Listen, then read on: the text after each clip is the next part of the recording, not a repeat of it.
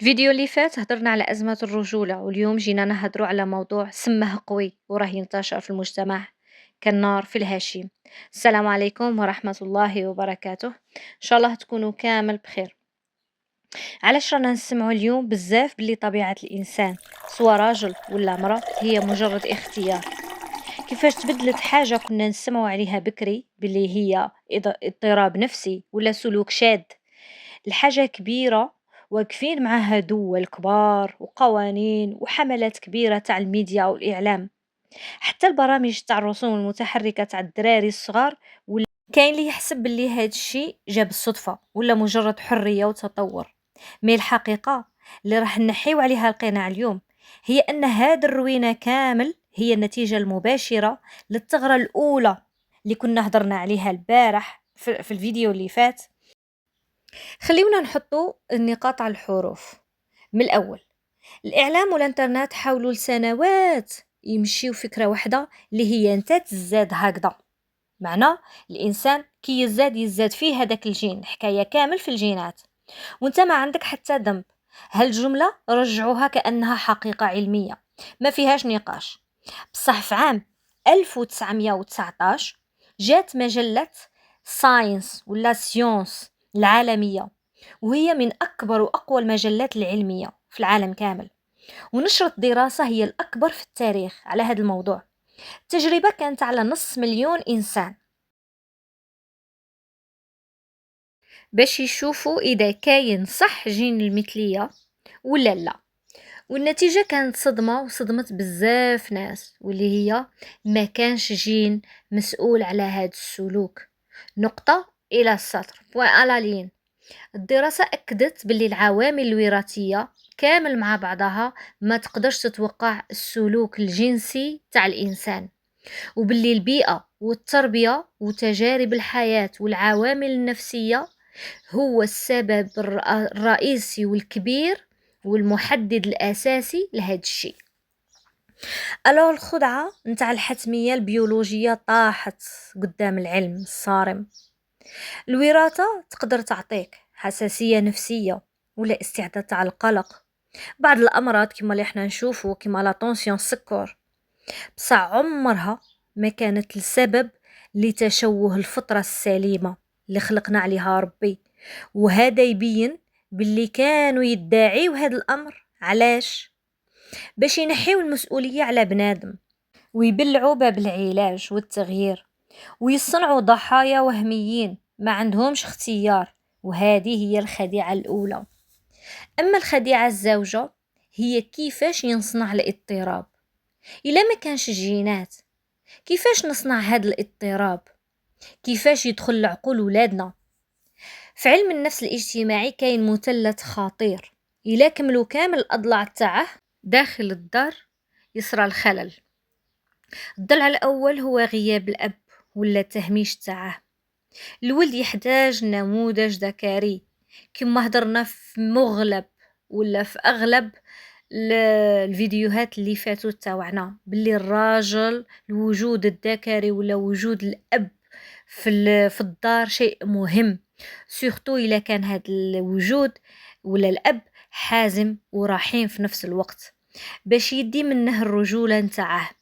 والبنت تحتاج للأمان تاع باباها باش تحس بالأنوثة الفطرية تاعها.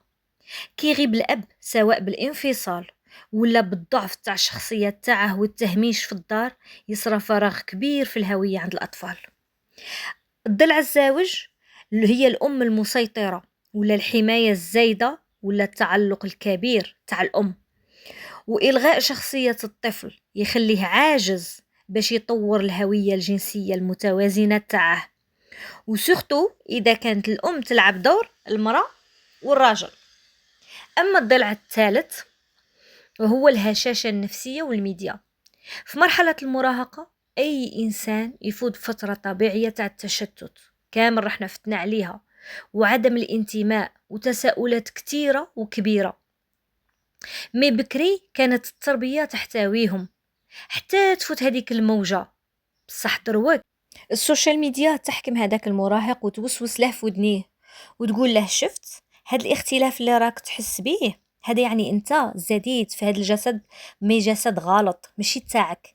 يستغلوا التشتت باش يصنعوا منه اضطراب دايم، ويمدوا للمراهق قناع هوية جديدة يحسه باللي راه ينتمي الجماعة تدعم فيه، وهاد الجماعة عالمية ماشي غير تاع الحومة.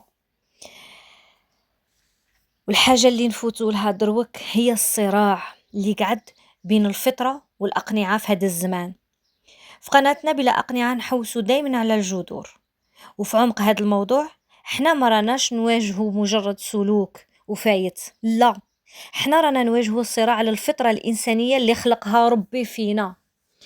هاد الفلسفة الحديثة ولات تحاول تأله الرغبة، تردها حاجة كبيرة لدرجة الألوهية. حابين هاد الإنسان يعيش بلا حدود، بلا مرجعية دينية، وبلا فطرة سليمة. بصح الحقيقة اللي رانا نشوفوها بصح الحقيقة اللي رانا نشوفوها في عيادات علم النفس، واللي بزاف راهم يحاولوا يخبيوها، هي أنه اللي يمشي عكس الفطرة ولا يمشي في هذا الطريق ما تجيهش الحرية، ما يجيه التشتت، الاكتئاب، ونسب انتحار هي الأعلى عالميا في هذه الدول اللي راها قابلة هذه الظاهرة ومطبعة معاها. وهنا نوليو لنقطة البداية اللي هي القوامة، هي صمام الأمان. القوامة هي الحصن والحدود، كيمارس الراجل دوره ويحمي، وكيتمارس المرأة دورها الفطري تاني برقتها وتربيتها. تما الولد يتشرب الهوية تاعه بسلام وتلقائية، بلا ما يمشي ما يولي، وبلا ما يحتاج يحوس على انتماء مشوه برا. خوتي وخواتاتي، حماية ولادنا هي في هاد الزمان ما تبداش مهاجمة للعالم ولا سب السوشيال ميديا، مي تبدا من الدار، وتبدا كي نحيو الأقنعة الزايفة في ديارنا باش نعمرو هاد الفراغات العاطفية، ونعمرو قلوب ولادنا قبل ما تعمرها التليفونات وصحاب السوء. وفي الأخير حبيت نسقسيكم كيفاش راكم تحميو ولادكم في هاد الزمان الصعيب. وعلى خاطر هاد الموضوع كبير ومازال فيه حقائق لازم تنقال، الفيديو الجاي راح يكون الجزء الثاني على هاد الموضوع، وراح نحكيو على الصدمات التاريخية والثمن الصحي اللي يدفعه كل شخص مشى في طريق عكس الفطرة تاع سيدي ربي. اشتركوا معنا وفعلوا الجرس باش يوصلكم الجديد ولا الجزء الثاني ان شاء الله. وما تنساوش الجيم والبارطاج، غير باش تبان شويه لاشين تاعي، باسكو راها عاده جديده باش تبان بين لي شان، وان شاء الله نكونوا حنا اللي نمدوا شعله ولا ضوء نتاع خير في وسط هذا الظلام اللي راه داير بينا. اكيد اذا عجبكم المحتوى اكيد، واستودعكم الله، والسلام عليكم ورحمه الله وبركاته. سلام.